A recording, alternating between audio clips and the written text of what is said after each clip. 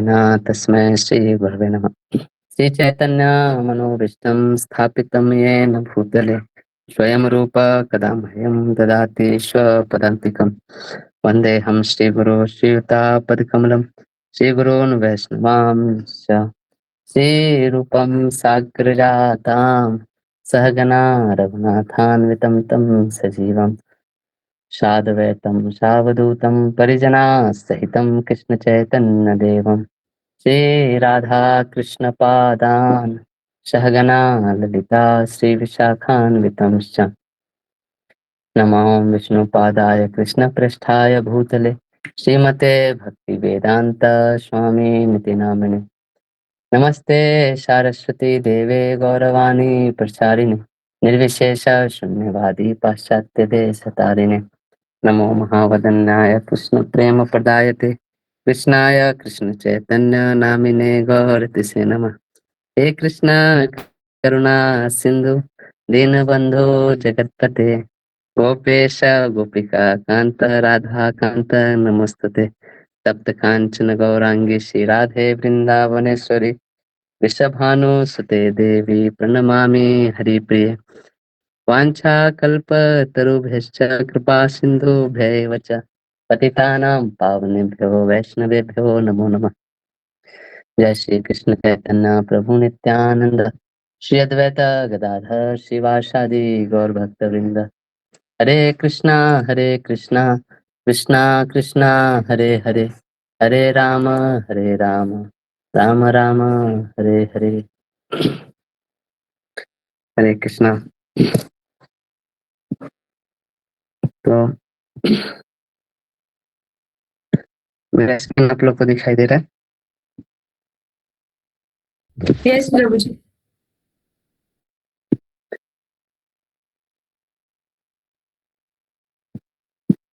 तो जो शब्द प्रमाण जो है उसका जो अगर सबसे चरम सीमा ले तो वेद प्रमाण है। शब्द प्रमाण मतलब भरोसे के आधार पर देते हैं, और सबसे ज्यादा भरोसा करने वाला कोई चीज है तो वेद है। इसलिए पहले के लोग वेदों पे हाथ रख के कसम खाते थे या वेदों की ऐसे जैसे आज भी शायद होता हो, पता नहीं, कोर्ट में गीता के ऊपर ऐसे हाथ रख के जो भी बोलूंगा सच बोलूंगा, सच के सिवा कुछ नहीं बोलूंगा ऐसे। तो क्यों ऐसा रखा है? क्योंकि वेद को बोला जाता है अपौरुषेय।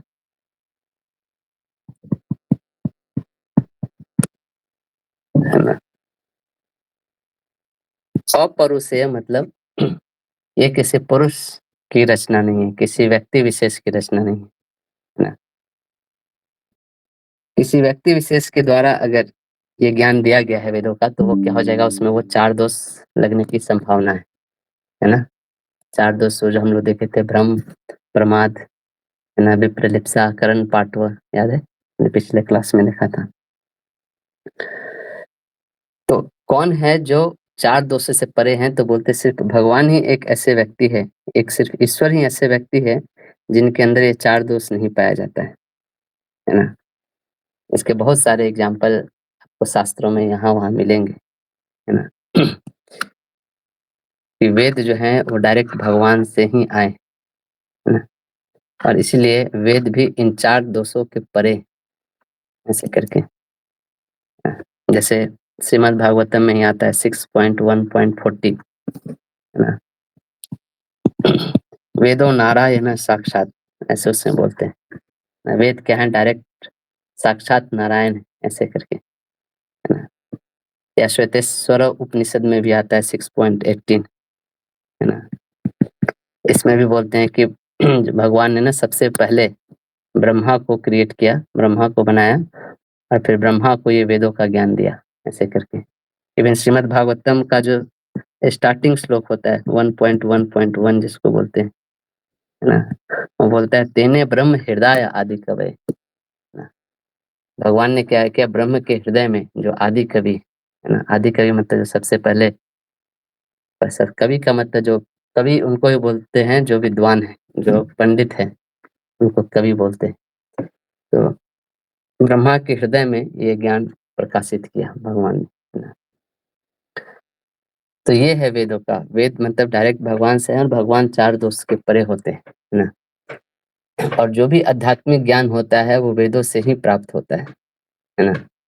जैसे हम लोग सुनते हैं ना, शरीर के परे आत्मा का जो अस्तित्व है, या पुनर्जन्म की बात हुई, आध्यात्मिकता जगत की बात हुई, परमेश्वर के बारे में, उनकी लीलाओं के बारे में, यानी ये सभी विषय विषय जो हैं वो हमारे इंद्रियों के परे होता है ना? और ना ही अपने मानसिक क्षमताओं से इसको समझ सकते हैं, है ना? ये सिर्फ वो बोला है, ऐसा दिया हुआ है, वैसा एक्सेप्ट कर लेना होता है ना? हाँ, मतलब इस वेद पे लोगों का इतना विश्वास होता था, मतलब लोग इसको छोड़ मतलब दुनिया में सब कुछ छोड़ सकते हैं, लेकिन वेद में लिखा हुआ है ना, बोलते हैं ना, वेद में लिखा हुआ है क्या, ऐसा ब्रह्मा का लिखा हुआ है क्या कि बदल नहीं सकता है, ऐसा लोग बोलते थे। तो लोग अपने जीवन में वेदों का इतना पालन करते थे, है ना, कि लोग मतलब वेदों में लिखा हुआ है कि ना भगवान बुद्ध भगवान के अवतार हैं, लोग ये मानते थे। लेकिन वही भगवान बुद्ध आके बोलो वेदों को छोड़ दो, तो फिर वो उनको नहीं माने कि भगवान भी आकर बोल दे कि वेद का पालन नहीं करो, तो हम वो बात नहीं मानेंगे। मतलब इतना बड़ा इसको लोग प्रमाण मानते थे, सोचिए, है ना? बुद्ध को भगवान क्यों मानते हैं? क्योंकि वेदों में लिखा हुआ है, इसलिए हम मानते हैं, और कोई कारण नहीं। लेकिन वो बुद्ध बोल रहे हैं वेद को छोड़ दो, तो लोग बोले ठीक है, आप अपना प्रचार करके जाइए हम वेदों को नहीं छोड़ सकते, है ना? तो ये बहुत ही अनुपम शब्द प्रमाण है ना? क्यों नहीं मान रहे? क्योंकि आप जो चीज बोल रहे हैं ना, वो वेदों के अनुरूप नहीं है ना? जैसे कॉन्स्टिट्यूशन ऑफ इंडिया होता है ना, जिस पे पूरा देश चलता है, उसके सिस्टम पे बनाए हुए नियम, वैसे ही सारे जीव जिस नियम पे चलते हैं वो वेदों में दिया हुआ है ना? इसको मैनुअल बोलते हैं, हमारे जीवन का मैनुअल, ऐसे करके, है ना? तो वेद जो है वो अनादि काल से है ना? है ना? उसका कोई ऐसा नहीं कि आज के दिन वेद लिखा गया, है ना? हालांकि लोग कहीं कहीं पे बोलते हैं वेद 5000 साल पहले, है ना, वेद व्यास ने लिखा। तो वेद व्यास ने उसको लिखा नहीं, वेद व्यास ने उसका संकलन किया, है ना? संकलन किया कहने का मतलब वेद पहले भी थे, पहले लोग श्रुतिधर होते थे। श्रुतिधर मतलब ऐसे वेदों का बुक ये सब नहीं छपाता था, लोग एक व्यक्ति से दूसरा व्यक्ति सुनता था और सुन के उसको मुखस्त करते थे, याद करते थे। फिर ये सिस्टम था वेदों का ज्ञान सीखने का, ना? तो उसको श्रुतिधर बोलते थे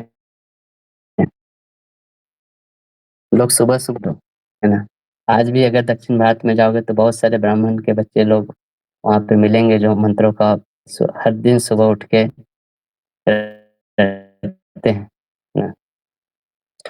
तो श्रुतिधर होते थे, लेकिन कलयुग जैसे जैसे बढ़ते गया, है ना, लोगों की जो बुद्धि है, जो स्मरण शक्ति है, वो सब कम होती गई।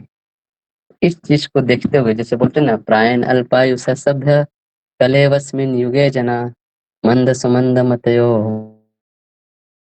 मंद भाग्य की मति कैसी है, बहुत धीमी।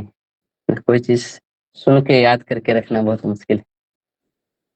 तो वेद व्यास ने क्या किया, सारे को लिखने का काम किया, सारे वेदों को पहली बार वेद व्यास ने एक जगह करके उसका संकलन किया। इसलिए लोग बोलते हैं वो 5000 साल पूर्व है, लेकिन वेद एक्चुअली अनादिकाल से। ये कभी इवन जब सृष्टि भी खत्म हो जाती है तो भी वेद पुराण खत्म नहीं होते, है ना?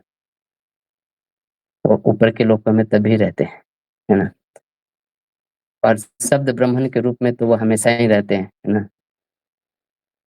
ऐसे तो वेद को लोग इतना ऑथोरिटेटिव क्यों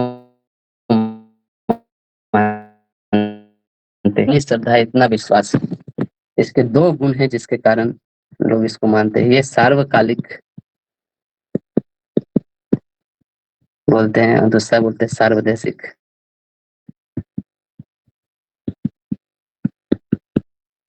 ये ऐसा दो गुण है वेद का जिसको आज तक किसी ने नकार मिलता है ना? सार्वकालिक मतलब किसी भी कार्य हो, इसका ज्ञान कभी वेदों में जो लिखा हुआ चीज़ है कभी अपडेटेड नहीं हुआ है। हर जगह ये हर समय में ये ज्ञान एज़ इट इज़ रहा है और हर समय में ये ज्ञान एज़ इट इज़ एप्लीकेबल होता है ना? जैसे आप स्कूल की किताबें देखोगे बदल जाता है। हम लोग जो किताब पढ़े थे अपने स्कूल टाइम में और आज जो देखोगे उसमें बहुत कुछ चेंज हो गया है। हिस्ट्री तो बहुत ही चेंज हो गया है। ना? लेकिन कभी वेदों का ऐसा नहीं है कि अरे! वेद का नया वर्ज़न रिलीज़ हुआ उसमें ज़्यादा फ़ोटो लगा के आया है ना? इसका श्लोक ज़्यादा चेंज हो गया है। पहले 50 श्लोक था अभी 75 श्लोक हो गया है। ऐसा कभी नहीं हुआ। तो इसको बोलते हैं सार्वकालिक, है ना? हम शरीर नहीं आत्मा है, यह ज्ञान आज से करोड़ों साल पहले भी एप्लीकेबल था। आज भी एप्लीकेबल है और आने वाले करोड़ साल बाद भी ये ज्ञान एप्लीकेबल होगा। है ना? है ना? है ना? हम शरीर नहीं आत्मा है, ये भारत में भी अप्लाई होता है ना? और नाइजीरिया के किसी जंगल में आदिवासी जो रह रहे हैं उसके ऊपर भी अप्लाई होता है ये ज्ञान।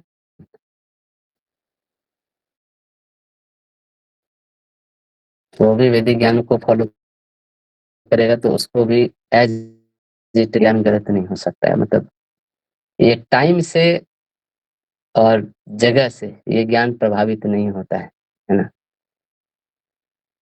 है ना? इसको बोलते हैं सार्वकालिक और सार्वदेशिक। ये सिर्फ़ वैदिक नॉलेज के साथ ही ऐसा है और दूसरे कोई भी नॉलेज देखोगे अपडेट होते रहता है ना? जैसे एक हम लोग एक हबल कांस्टेंट होता है। हबल कांस्टेंट जो होता है जब स्पेस में कोई चीज़ ट्रैवल करता है ना उसके लिए। ये हबल कांस्टेंट ऐसा है कि हर साल चेंज होते रहता है उसका वैल्यू। कभी-कभी हम लोग इसका वैल्यू चेंज होते रहता है। क्यों? क्योंकि हबल कांस्टेंट जो वैल्यू है ना वो मनुष्यों के द्वारा दी टर्म हम लोग पढ़ते थे, है ना? आप लोग भी पढ़े होंगे।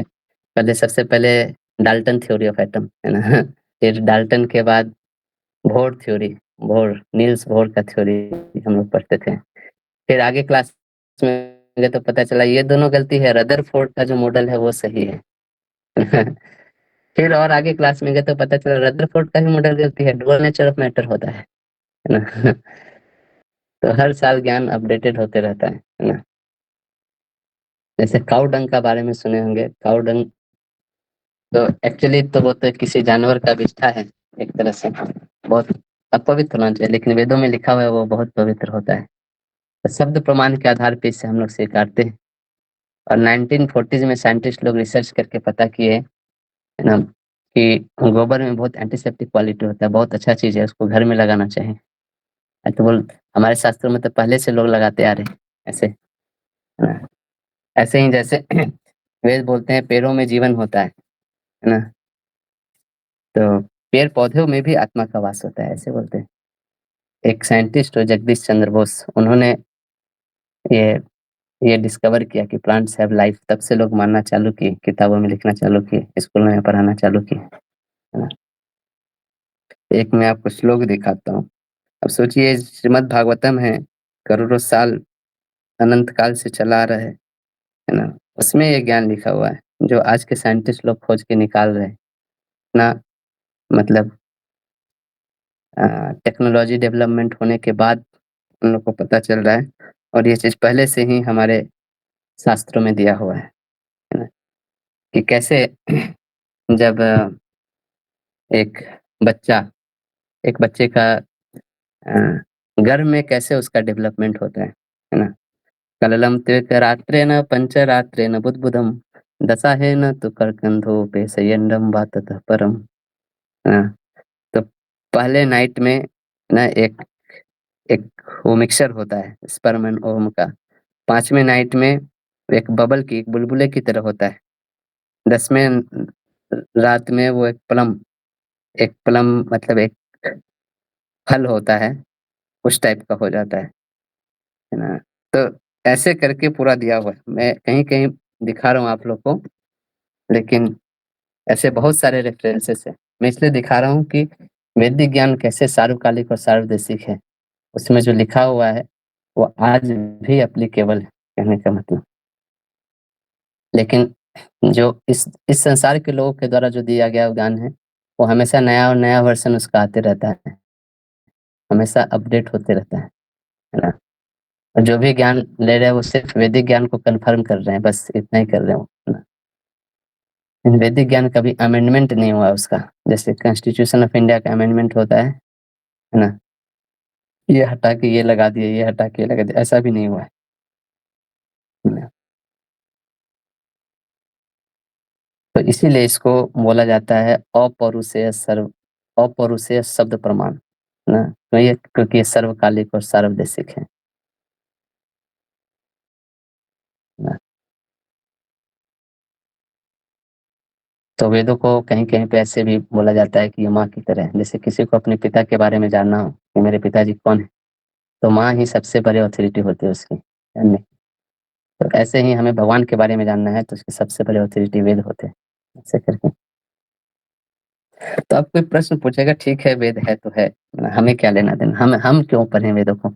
हमें क्या फ़ायदा पढ़ के? है तो है, ठीक है। हमें तो अपना ये देखना है कि कल मेरे को अकाउंट में पैसा है कि नहीं, कल रेंट भरना है, बिजली बिल देना है ना? 10 तरह की चीज़ें हैं, है ना? क्या हमको खाना खिला देगा वेद, है ना? हम क्यों पढ़े वेद? कोई ऐसा प्रश्न पूछ सकता है? हमारे जीवन की भाई डे टू डे लाइफ़ की अलग समस्याएँ, है ना? कौन इन सब के चक्कर में पड़े, है ना? तो इसको समझना बहुत ज़रूरी है ना? ये दुनिया में वेद एकमात्र किताब है ना?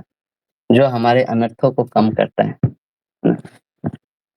अनर्थ क्या होते हैं? हम सब के अंदर 6 अनर्थ होते हैं, है ना?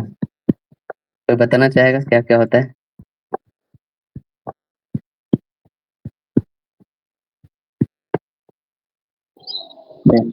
काम, क्रोध, लोभ, मोह, मद, मत्सर। क्या बात है! काम, क्रोध, लोभ, मोह, मद, मत्सर, है ना? तो देखिए, इस संसार में हर व्यक्ति सुखी होना चाहता है ना? हर व्यक्ति सुखी होना चाहता है, कोई भी व्यक्ति दुखी होना नहीं चाहता है। ये हर जीव का बाय डिफ़ॉल्ट सेटिंग होता है। वो सुख खोजते रहता है संसार में और दुःख से बचने की कोशिश करता है। चाहे वो दुनिया में वो कोई भी काम क्यों ना कर रहा हो, कुछ भी क्यों ना कर रहा हो, उसका हेतु यही रहता है कि मेरे को सुख ही मिले और दुखी ना हो। तो प्रश्न ये उठता है कि हम कैसे जान सकते हैं कि कोई व्यक्ति सुखी है ना? आज के ज़माने में अगर देखा जाए तो आप कैसे समझोगे कि ये व्यक्ति एक सुखीपूर्ण जीवन जी रहा है ना?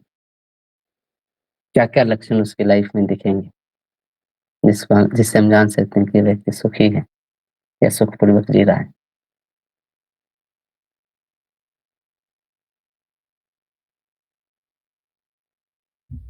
मुझे मेंटली अभी उसे कोई स्ट्रेस नहीं है। सॉरी? अगर कोई मेंटल स्ट्रेस किसी को अगर नहीं है या किसी को फिजिकली लेवल पे कुछ प्रॉब्लम नहीं है कुछ।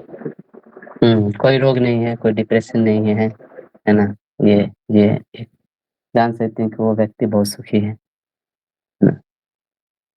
और कोई? प्रभु जी स्पिरिचुअली भी वो फुलफिल्ड फील कर रहा है और फाइनेंशियली भी कोई प्रॉब्लम नहीं है, मेंटल पीस है लाइफ में। यस। तो ये अच्छा बोला आपने, मेंटल पीस। देखिए कैसा होता है कि जनरली आप किसी से पूछेंगे, तो चलो मेंटल पीस तो एक अच्छा आपने सही आंसर दिया, लेकिन एक समझने के लिए प्रत्यक्ष रूप से लोग क्या समझते हैं? मतलब लोग सुख के लिए जो खोज रहे हैं, लोग क्या खोजते रहते हैं कि मेरा अच्छा नौकरी लग जाए, है ना? मेरा अच्छा कोई घर बन जाए, है ना? या फिर एक अपना गाड़ी हो, है ना? अपना एक यूट्यूब अकाउंट हो जिस पे मतलब 5 लाख फॉलोवर्स हों, है ना? या फिर मेरे पास दुनिया की सबसे अच्छी वाली गाड़ी हो इंडिया में, है ना? मुंबई में एक फ्लैट हो, एक दिल्ली में हो और एक एक चेन्नई में हो, है ना? अच्छी पत्नी हो, अच्छे हस्बैंड हो, है ना? तो ये सब लोग बोलते हैं जिसके पास ये सब है वो तो वल्ले-वल्ले है, ऐसे है ना? या यही प्रश्न किसी से पूछा जाए 500 साल बाद कि कैसे प्रत्यक्ष रूप से समझेंगे कि कोई व्यक्ति खुशी है? तो उस समय ये हो सकता है टेक्नोलॉजी काफ़ी बदल जाए। अभी जो बोलेगा कि मेरे पास बीएमडब्ल्यू है वो सुख होगा, उस समय कोई बोलेगा कि मेरे पास कोई अपना रोबोट हो, है ना? या मेरे पास उड़ने वाला कोई कार हो, है ना? जो मेरे छत पे पार्किंग किया हुआ हमेशा, है ना? कार पे बैठे और उड़ जाए, है ना? वो आदमी सुखी है, ऐसा बोल सकता है ना? या यही प्रश्न आज से 500 साल पहले पूछा जाता, सुखी व्यक्ति कहें तो वो बोलेगा जिसके पास 40-50 गाय-बैल हो, है ना? 200 एकड़ ज़मीन हो, है ना? 10-15 नौकर-चाकर हो घर में काम करने वाले, है ना? बहुत सारा सोना-चांदी भरा हो, है ना? ऐसे करके। सुशील, गुणवती स्त्रियाँ हों घर में, है ना? तो यही डेफ़िनिशन जो है ना वो चेंज होते रहता है सुख का। लेकिन वेद जो होते हैं ना सुख का सार्वकालिक और सार्वदेशिक डेफ़िनिशन देते हैं। बोलते हैं कि सुखी व्यक्ति वही है जिसका मन शांत है ना? जैसे मान लीजिए आपके पास दुनिया में सबसे ज़्यादा पैसा हो, है ना? लेकिन 7 मुल्कों की पुलिस आपके पीछे पड़ी हुई है ना? है ना? और ऐसा भी नहीं है कि वो नामुमकिन है आपको ढूँढना। तो आप सुखी नहीं रह सकते, है ना? आपके पास बहुत पैसे हैं, बहुत गाड़ी-बंगले हैं, है ना? लेकिन आपके घर के आस-पास हमेशा गोलीबारियाँ चलती रहती है ना? कोई भी आके किसी को भी ठोक देता है ना? एक सत्य घटना यहाँ पे एक व्यक्ति रहते थे, उनका बिज़नेस है 50 ट्रक का बिज़नेस है उनका, है ना? है ना? लेकिन पिछले मतलब बहुत अमीर आदमी है और एक दिन रात को राजस्थान की पुलिस आई और बिना कुछ बोले उनको उठा के ले गई, है ना? तो वो आदमी अफ़ीम का बिज़नेस करते थे, है ना? चुपके से उगाते थे उसको, है ना? और बिज़नेस किसके नाम पे चलता था? उनके नाम पे चलता था और वो पेपर पे 5 साल पहले मर चुके थे। डेथ सर्टिफ़िकेट है उनका। पुलिस उठा के ले गई, अब कंप्लेन भी नहीं कर सकते कि मेरे पति गायब है, वो 5 साल पहले मर चुके। है ना? तो एक सुख का जो डेफ़िनिशन वेद जो देते हैं ना, वो ये बोलते हैं कि वही व्यक्ति संसार में सुख है, जिसका मन बहुत शांत है ना? है ना? और ये हम सबका अनुभव भी है ना? चाहे कोई गरीब भी क्यों ना हो, अगर उसका घर में सब कोई टेंशन नहीं है, सब अच्छा चल रहा है, तो वो बहुत सुखी से जीता है व्यक्ति, है ना? है ना? तो बोलता है वेद बोलते हैं कि हम सुखी कब रह सकते हैं, मन कब शांत हो सकता है, जब हम पे ये जो 6 अनर्थ है ना, ये हावी नहीं होंगे तब, है ना? ये 6 अनर्थ दुनिया के सारे कामों में हमारा लिए बाधा होते हैं, इसलिए इसको अनर्थ बोला जाता है। अन प्लस अर्थ, अर्थ मतलब वास्तव में जो हमारे कुछ काम का मूल्यवान चीज़ है, उसको अर्थ बोलते हैं। अनर्थ मतलब जो बेकार की चीज़ है ना? तो बोलते हैं ये 6 अनर्थ हमारे मन के ऊपर हावी हो जाते हैं और हमारा लाइफ में बहुत प्रॉब्लम हो जाता है ना? ऐसे मैं आपको एक एग्ज़ाम्पल देता हूँ, जैसे काम, काम एक अनर्थ है ना? तो एक बार एक स्कूल के जब मैं बचपन में था तो एक बार एक पेपर में ऐसे देखा, तो वहाँ पे एक बहुत ही फ़ेमस स्कूल था। उनके एक प्रिंसिपल का फ़ोटो था और उसके ऊपर ऐसे 2 सिंह बनाया हुआ था ऐसे और बहुत सारे अपशब्द लिखे थे उनके बारे में, पूरा पेपर का फ्रंट लाइन पे पूरा छपा था। तो बोले क्या हो गए इतने रिस्पेक्टेड हमारे प्रधानाध्यापक हैं, प्रधानाचार्य जी हैं, इनके बारे में ऐसे कैसे लिख दिया? तो उसको पढ़ा मैंने और मतलब उनका बहुत रुतबा था, मतलब कोई भी देख लेता था, सिर्फ स्टूडेंट ही नहीं, कोई भी व्यक्ति उनसे वो दिख गया तो तुरंत उस समय पैर छू के प्रणाम करता था, उनका इतना इज़्ज़त था, है ना? उनका बहुत नामी स्कूल था, स्कूल की तरफ से उनको बंगला मिला हुआ था, गाड़ी मिला हुआ था, उनके 2 बच्चे भी थे, है ना? अच्छा सब फैसिलिटी था जीवन में, सब कुछ अच्छा चल रहा था। और पेपर में ऐसा छाप दिया तो हुआ क्या कि उन्होंने अपने स्कूल के किसी छात्रा के साथ बहुत गलत व्यवहार किया, ना? और ये बात पूरे स्कूल में फैल गई, मीडिया में फैल गई और फिर उनको स्कूल से निकाल दिया गया, है ना? बहुत सारे अफसर बोले कि ऐसे ऐसे ऐसे टीचर लोग हमारे स्कूल से लाएँगे, है ना? उनको जो भी फैसिलिटी गाड़ी ले ली गई, उनके घर घर भी ले लिया, ऐसा ऐसा स्थिति, है ना? उनको रहने के लिए भी घर नहीं है, ना गाड़ी है और ऐसे जहाँ मुँह छुपा के घूमे फिर रहे हैं ऐसे। और किसके कारण हुआ? तो ये काम वासना, है ना? एक अच्छा सुखी जीवन जो जी रहा था, मन के ऊपर ये काम वासना हावी हो गया और वो अच्छा जीवन पूरा एकदम सीधे डाउन हो गया, है ना? तो ये जो अनर्थ है ना, काम, क्रोध, कभी-कभी गुस्से में आके हम लोग बहुत बड़ा नुकसान कर देते हैं, है ना? लोभ, है ना? ये सारे एक से एक बहुत बड़े हमारे प्रॉब्लम है हमारे जीवन के लिए। तो शास्त्र बोलते हैं कि चलो तुमको सुखी रहना है, हर व्यक्ति सुखी रहना चाहता है ना? चलो होते नहीं होते, चलो वो अलग अलग एक कहानी है। तुम तो हो दुनिया में, है ना? और तुम्हारे लिए तुम्हारे लाइफ में प्रॉब्लम्स हैं और तुम्हारे लाइफ में प्रॉब्लम्स इन 6 चीज़ों के कारण आ रहा है ना? भगवान है कि नहीं वो मत मानो, लेकिन ये तुम हो ये तो सही है और ये प्रॉब्लम तुम्हारे लाइफ में है। हम गारंटी देते हैं कि तुम हमको पालन करोगे तो हम तुमको इस 6 अनर्थों से ऊपर उठाएँगे। ना? मेरे बताए हुए नियम पे चलेंगे तो हम ये चीज़ लाके तुमको लाइफ में देंगे, है ना? तो कोई व्यक्ति सुखी रहना चाहता है, तो उसका सबसे बड़ा टेक्निक है कि ये जो 6 अनर्थ है उसके मन पे हावी नहीं होने दे, है ना? तो वेद ये लाके देते हैं। वेदों में जो आप देखोगे, जो लोग वैदिक नियम पालन किए हैं, जैसे भारत में जो तलाक जो शब्द है ना, तलाक शब्द कहीं पे भी आपको तलाक शब्द उर्दू शब्द है बाय द वे। ये हिंदी में भी शायद नहीं है, संस्कृत में तो है ही नहीं, तलाक शब्द का कोई संस्कृत शब्द है ही नहीं। कहने का मतलब कोई भी वैदिक स्त्रियाँ तलाक बोल के कोई चीज़ ही नहीं होता था और आजकल तलाक बहुत बड़ी समस्या है। हर 3 में से 1 विवाह तलाक पे जाके एंड होता है ना?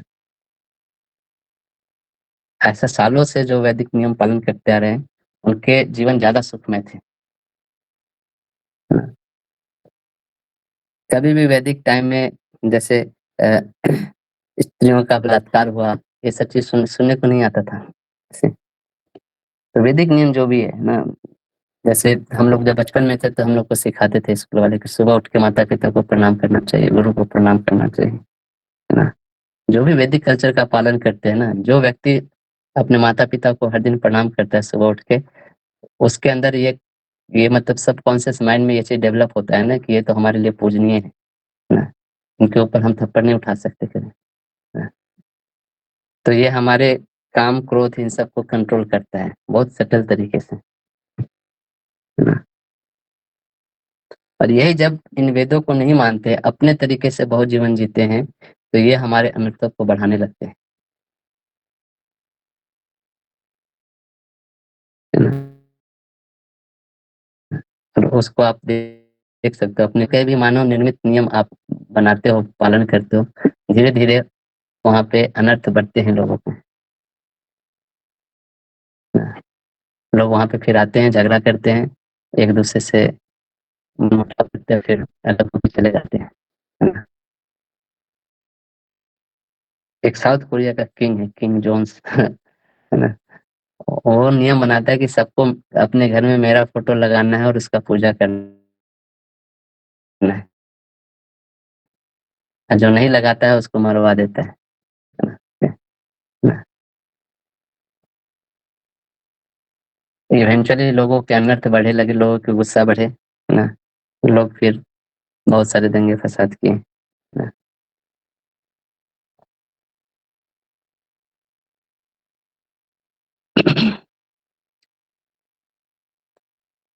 आप यूरोपियन कल्चर देखो, वैदिक कल्चर, यूरोपियन कल्चर एक समय था जैसे यूरोप में किसी को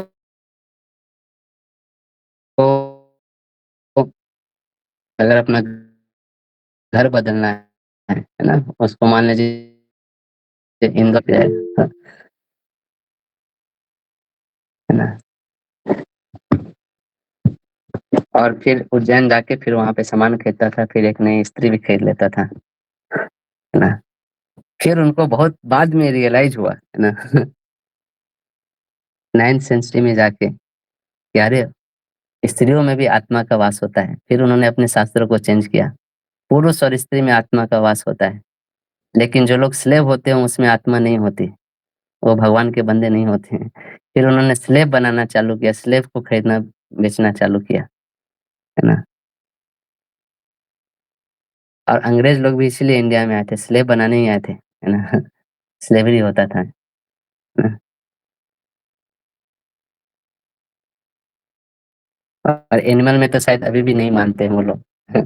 एनिमल को अभी भी मार के खा सकते हो,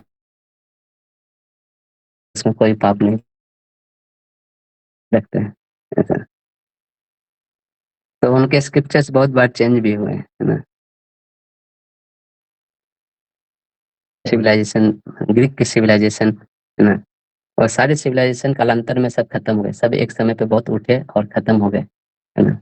लेकिन वैदिक सिविलाइजेशन आज भी चल रहा है, आज भी वैदिक सिविलाइजेशन में पूरी दुनिया देख रहा है। मतलब भले ही उसके अवशेष बचे हैं, वैदिक सिविलाइजेशन भी भारत के लोग भी उतना पालन नहीं कर, लेकिन वो अवशेष भी इतना चमत्कारी है कि भारत में अभी भी सबसे कम तलाक होता है ना? ना? तो वैदिक कल्चर इतना महान था, और ऐसे अनादिकाल से लोग इस कल्चर का पालन करके अपना बहुत सुखमय जीवन जी रहे थे, है ना? एक मेगास्थनीज था, वो इंडिया आया था और इंडिया में बहुत साल तक रह के इंडिया का स्टडी किया। उसने एक बुक लिखा है इंडिका, और उसने बहुत आश्चर्यजनक चीज लिखी। उसने बोला कि मैं इंडिया में आया तो मैं देखा कि 2 राजा लड़ रहे हैं, है ना? और बगल में एक किसान खेत जोत रहा है। उसको उसको पता नहीं है कि बगल में लड़ाई चल रही है ना? मतलब लोग इतने, उससे ना किसान से पूछा, "अरे तुमको डर नहीं लग रहा?" बोल रहा है, "क्यों डर लगेगा? वो राजा है, वो दूसरे देश का राजा है, दोनों अपना लड़ रहा है, जो जीतेगा वो राज करेगा। मेरे को तो किसानी करना है, आज भी खेत जोतना है, कल भी खेत जोतना है। मुझे अपना धर्म मालूम है, मैं अपना धर्म निभा रहा हूँ, वो अपना धर्म निभा रहे, है ना? जो भी जीते मेरे को उसके अंदर रह के काम करना है ना?"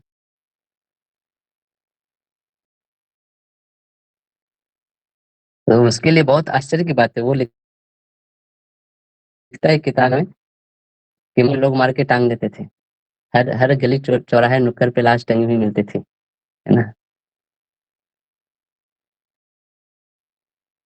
तो एक ग्लोबल लेवल पे भी वैदिक कल्चर का इफेक्ट दे सकते हैं, और एक पर्सनल जीवन में भी आप देखो, आप अगर कोई भी नॉन वैदिक कल्चर पालन करोगे तो आपके धीरे-धीरे अनंत बढ़ने लगेंगे, है ना? और यही कारण है कि लोग इस वेदों पे इतना विश्वास करते हैं, है ना? तो यही वेद बोलते हैं कि चलो, मैं ये नहीं बोल रहा हूँ कि तुम मेरे पे डायरेक्ट विश्वास करो, तुम तो हो, है ना? तुम्हारे लाइफ में कुछ प्रॉब्लम है, तुम इसको अप्लाई करो, तुम प्रत्यक्ष रूप से इसका हाँ, प्रभु जी वॉइस ब्रेक हो रही है बीच में मैम। इसका जो फल है, प्रत्यक्ष रूप से वेदों को पालन हरे करने का कृष्ण जो प्रभु जी, वॉइस फल ब्रेक हो रही है कुछ ज्यादा ही। है, उसको तुम अपने लाइफ में देखो।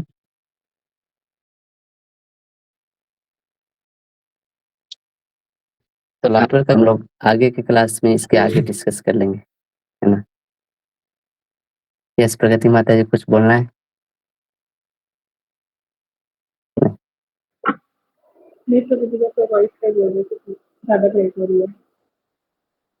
अभी तक जो हम लोग पढ़े इसमें किसी को कुछ प्रश्न है, किसी को कुछ बोलना है तो शेयर कर सकते हैं, आप ही लोग शेयर कर सकते हैं।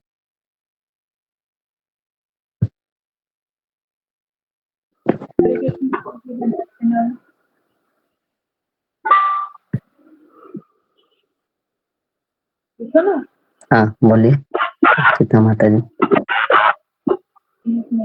वासना माता जी से कुछ पूछ रही हूँ। हम्म,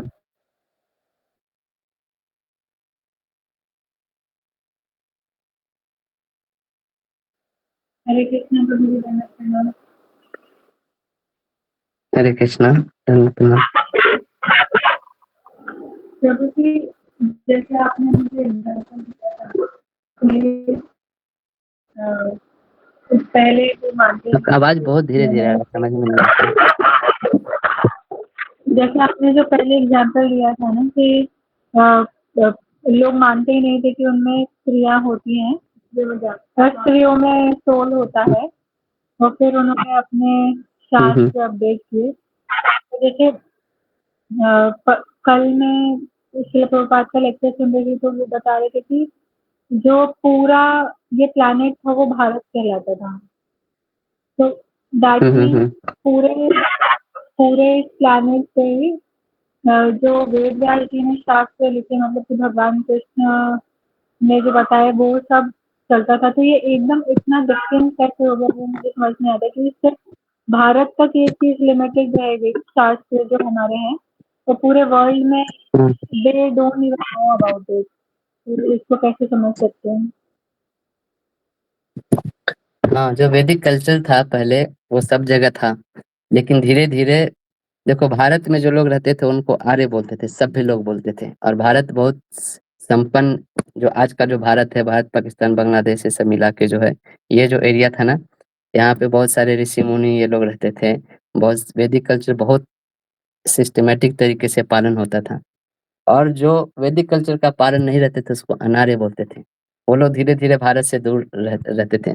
जैसे यवन लोग बोलते हैं, जो मुस्लिम लोग हैं वो यवन हैं, जो आजकल हम लोग सुनते हैं उधर के एरिया में जो रहते हैं यूएई और वो सब, तो वो लोग यवन मतलब जो आर्य नहीं है, जो बहुत ज्यादा, जो काल यवन का नाम सुने होंगे, कृष्ण के टाइम पे आए थे युद्ध करने, तो वो उधर से ही आया था, कांधार के एरिया की तरफ से। जैसे कांधार जो नाम है वो, उसका नाम पहले गांधार था, वहीं से गांधारी थी, और जो शकुनी जो था उधर का ही था राजा, और वो इधर ही हस्तिनापुर में आके रहता था। तो ये लोग बहुत सभ्य लोग नहीं थे पहले ही, उधर बहुत कम पॉपुलेशन था पहले, और जो लोग वैदिक कल्चर का जितना पालन नहीं करते थे उतना ही भारत से दूर रहते थे। मतलब लोग ज्यादातर लोग मांस मछली खाने वाले लोग सब थे, तो उनके बहुत ज्यादा संपन्नता भी नहीं थी उन सब कंट्रियों में, है ना, और बहुत कम जनसंख्या थी उधर।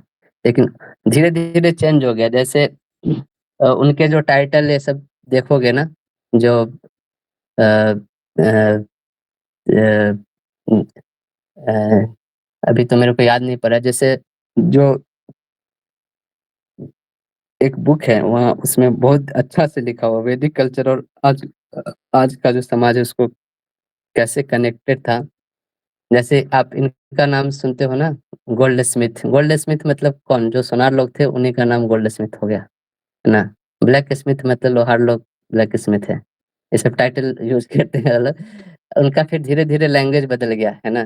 जो जैसे हम लोग फादर बोलते हैं, फादर का जो वो लोग बोलते हैं इंग्लिश में, वो पहले पितृ था, फ को फ वो लोग उच्चारण करते थे, तो फत्री हो गया, फत्री से फादर, ऐसे करके, है ना। ऐसे बहुत सारे शब्द धीरे धीरे वो चेंज होते गए, है ना। मातृ का मदर हो गया, भातृ का ब्रदर हो गया, है ना।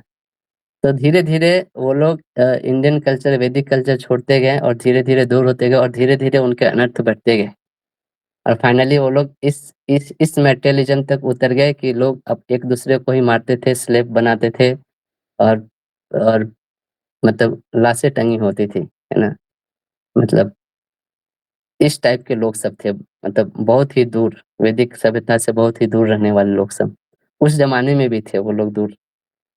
और जब भगवान चले गए इस धरती को छोड़ के तो धीरे-धीरे वो लोग पूरा ही बंद हो गया। आज भी इसलिए वैदिक कल्चर के अवशेष सब मिलते हैं। आप मिस्र में जाओगे उनके जो देवता लोग हैं, है ना? सन गॉड और ये सब गॉड, वो लोग जो गॉड का नाम जो बताते हैं ना, जुपिटर और ये सब, तो वो सब एक्चुअली इंडियन गॉड ही, उनकी मूर्तियाँ देखोगे ना वो उसी तब, लेकिन सिर्फ नाम अलग है। उनका जो पूजा करने का विधि बहुत सारे वैदिक चीज़ों से ही मिलता है ना? तो इस टाइप से वो लोग धीरे-धीरे अलग होते गए और जितना ही वेदों से दूर गए उनके अनर्थ बढ़ते गए और फिर एक-दूसरे को अ, मानव निर्मित रूल्स बना के वो लोग रहने लगे समाज में रहने के लिए, है ना? तो बहुत पशु जीवन पे वो लोग उतर गए उसको बोलते हैं, इस टाइप से, है ना? मतलब मतलब कोई कोई ये नहीं रहा रूल्स रेगुलेशन, मतलब वो माँ के साथ भी सेक्स करते थे, इस टाइप के लोग सब थे। है ना? तो वो लोग एक ही नियम था कि जिस मेरे पास पावर है मैं तुमको स्लेव बना लूँगा, तुम मेरे अंदर काम करो। जैसे जानवर को बाँध के रखते हैं, चाबुक से मारते हैं, वो लोग स्लेव बनाते थे, इस टाइप से था। आप उस ज़माने की मूवी देखो, उस ज़माने के क्या आज से मतलब 70-75 साल पहले के जो मूवियाँ देखो उनके तरफ के, एक मूवी है बेन-हर, है ना? तो उसमें जो दिखाया गया स्लेवरी का चीज़ वो सब बहुत सच्चाई था, है ना? है ना? जीसस क्राइस्ट को जो क्रूसिफाई किया वो सब एकदम सच्चाई था, है ना? जीसस क्राइस्ट ने उनको बहुत थोड़ा-सा प्रचार किया, ज़्यादा बहुत प्रचार नहीं किया, उनको भी क्रूसिफाई कर दिया वो लोग, है ना? ना तो मैं एक उनके जो प्रोफेट मोहम्मद है उधर मुस्लिम देशों में वो क्या प्रचार कर रहे हैं, है ना? कि you should not have sex with your mother, यानी कि उस समय के लोग वो सब चीज़ करते थे तभी जो आदमी करता था तभी तो उसको वो चीज़ बोला जा रहा है, कि नहीं करना चाहिए, है ना? तो ये वैदिक कल्चर सर्वव्यापी था और सब जगह संस्कृत ही थे। धीरे-धीरे वो चीज़ दूर होते गए, संस्कृत से ही सारे लैंग्वेज का अपभ्रंश होते गया उसको बोलते हैं, है ना? और इस तरह करके वो लोग दूर होते गए। ऐसे करके पूरा सिस्टम होते गया और एक समय के बाद जो वेदों का जो पालन करने वाले लोग सिर्फ़ भारत में बचे। क्योंकि यहाँ पे पहले से ही बहुत सभ्य लोग, आर्य लोग रहते थे, है ना? भगवद गीता में भी अब देखो अर्जुन को आर्य बोल के कृष्ण संबोधित करेंगे। अब बोलेंगे अनार्य जुष्टम अश्वम, तुम आर्य हो के अनार्य की तरह बातें कर रहे हो, है ना? ये सभी लोगों की भाषा नहीं बोल रहे तुम, अपने धर्म से भाग रहे हो, अपनी ड्यूटी से भाग रहे हो, है ना? है ना? तो इस टाइप का था, है ना? हमारे प्रभु जी में जैसे फॉलो ये है कि जैसे पूरे वर्ल्ड का हम मैप देखें तो उसमें इंडिया बहुत ही छोटा पोर्शन कवर करता है, एरिया कवर करता है। तो इतने सारे लोग उससे डिस्ट्रैक्ट हो गए, सिर्फ इतने से बचे, ऐसा मान सकते हैं। क्या बोले फिर से, लास्ट टाइम फिर से बोलिए। जैसे इंडिया बहुत छोटा पोर्शन कवर करता है पूरे वर्ल्ड का भी मैप के अकॉर्डिंग देखें तो ऐसा हम सोच सकते हैं क्या कि इतना जो बड़ा पोर्शन है इंडिया के अलावा वो सब वैदिक चीजों से डिस्ट्रैक्ट हो गए और सिर्फ इतना ही पोर्शन में इंडिया में ही जो लोग हैं वही बचे हाँ, हैं। हाँ। मतलब धीरे-धीरे इवन उस ज़माने में भी हाँ, इवन उस ज़माने में भी ये जो इंडिया का जो फिजिकल मैप देख रहे हो आप, इंडिया, पाकिस्तान, बांग्लादेश, पहले ये सब एक ही थे।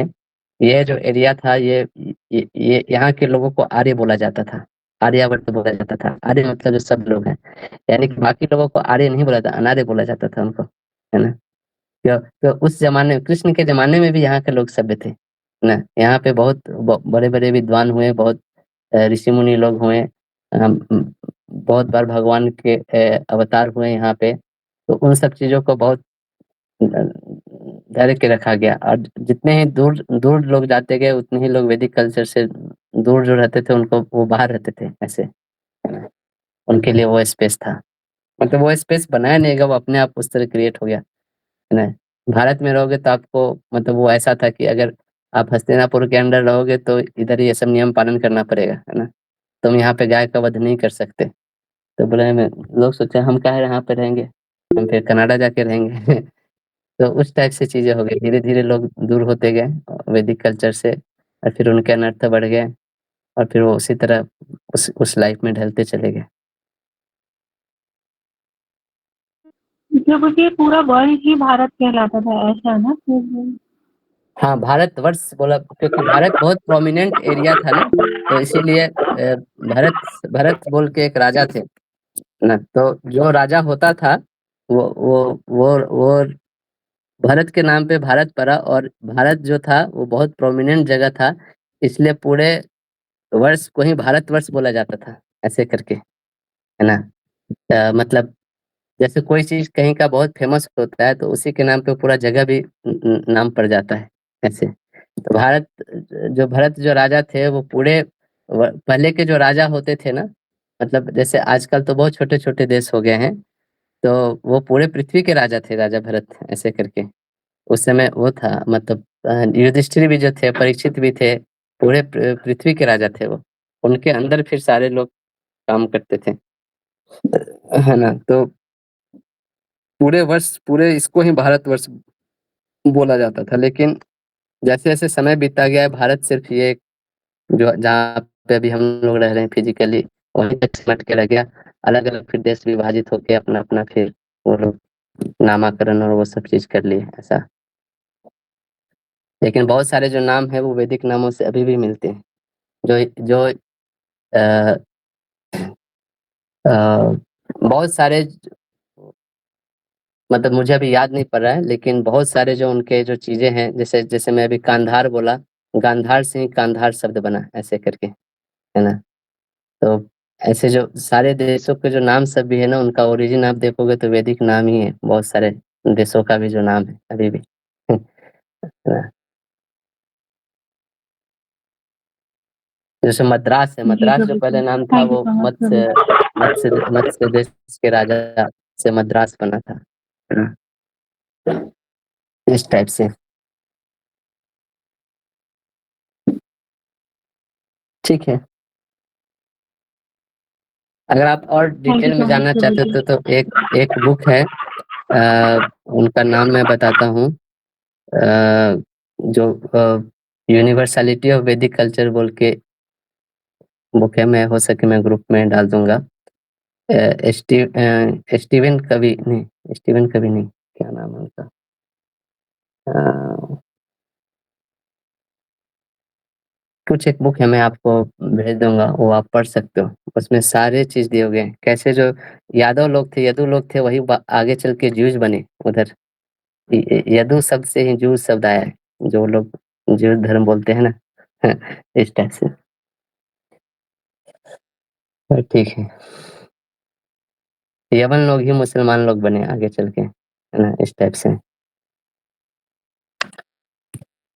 ठीक है, खैर हमारा चर्चा जो था ना, वो नहीं, चर्चा ये है कि वैदिक कल्चर का पालन नहीं करने से क्या इफेक्ट होता है, धीरे धीरे अनर्थ बढ़ते हैं, और उनके कल्चर को आप डीप में स्टडी करोगे तो उनके कल्चर में ये सारी चीजें पाए जाएंगे कि कैसे लोग बहुत पशु जीवन पे उतर गए थे, इतना अनर्थ उनके बढ़ गए थे, है ना।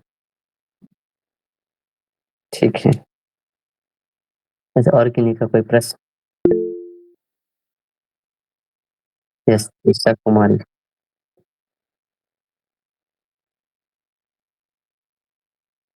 आपका माइक म्यूट है। हरे कृष्णा प्रभु जी, दंडवत प्रणाम। हरे कृष्णा प्रभु जी, मैं आपको ऑफलाइन आपका क्लास की हूँ हरिबाग में, और ये मेरा फर्स्ट क्लास है यहाँ पे अभी। प्रभु जी, मेरा प्रश्न है कि आपने जो 6 अनर्थों के बारे में बोला, उसमें से अगर किसी चीज किसी पे हावी हो जाए तो वो उससे हटाए कैसे? काफी प्रयास करने के बावजूद भी नहीं हटता किसी का। हाँ, इसलिए तो हम लोग भगवत गीता पढ़ रहे हैं। हम लोग सीखेंगे, ये पूरा जो कोर्स है ये हमारे लिए ही, हमसे बहुत रिलेवेंट है। जैसे हमें ये प्रयोजन, जैसे हमने पढ़ा था ना, प्रयोजन क्यों पढ़ना है ये भगवत गीता, कि सुख की चाह हर व्यक्ति को होती है, तो सुखी रहने के लिए क्या क्या चीज करना पड़े, लोग अपने मानव निर्मित तरीके अपनाते हैं सुखी होने के, लेकिन उससे भी फाइनली दुखी ही हो रहते हैं, है ना। तो सार्वकालिक और सार्वदेशिक सॉल्यूशन क्या है सुखी रहने के, ये भगवत गीता का ज्ञान हमें ला के देता है ना। इसीलिए हम लोग पूरे भगवत गीता को यही टॉपिक के आधार पे हम लोग पढ़ने वाले हैं, है ना। तो इस कोर्स में बने रहिए, धीरे धीरे ये पूरे सिस्टम को समझेंगे, हम कौन है, प्रकृति कौन है, हम यहाँ पे कैसे आए, क्या है हमारे दुखों का कारण, है ना। ये सब चीज को धीरे धीरे डिटेल में हम लोग समझेंगे। थैंक यू प्रभु जी।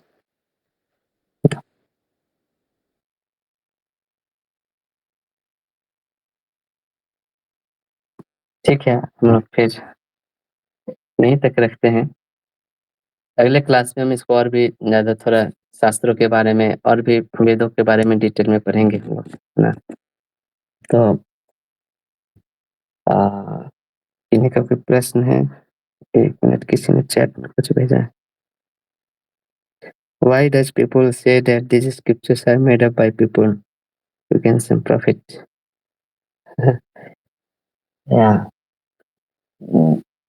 ये दुनिया में मतलब 10 तरह की भी बातें होती है ना।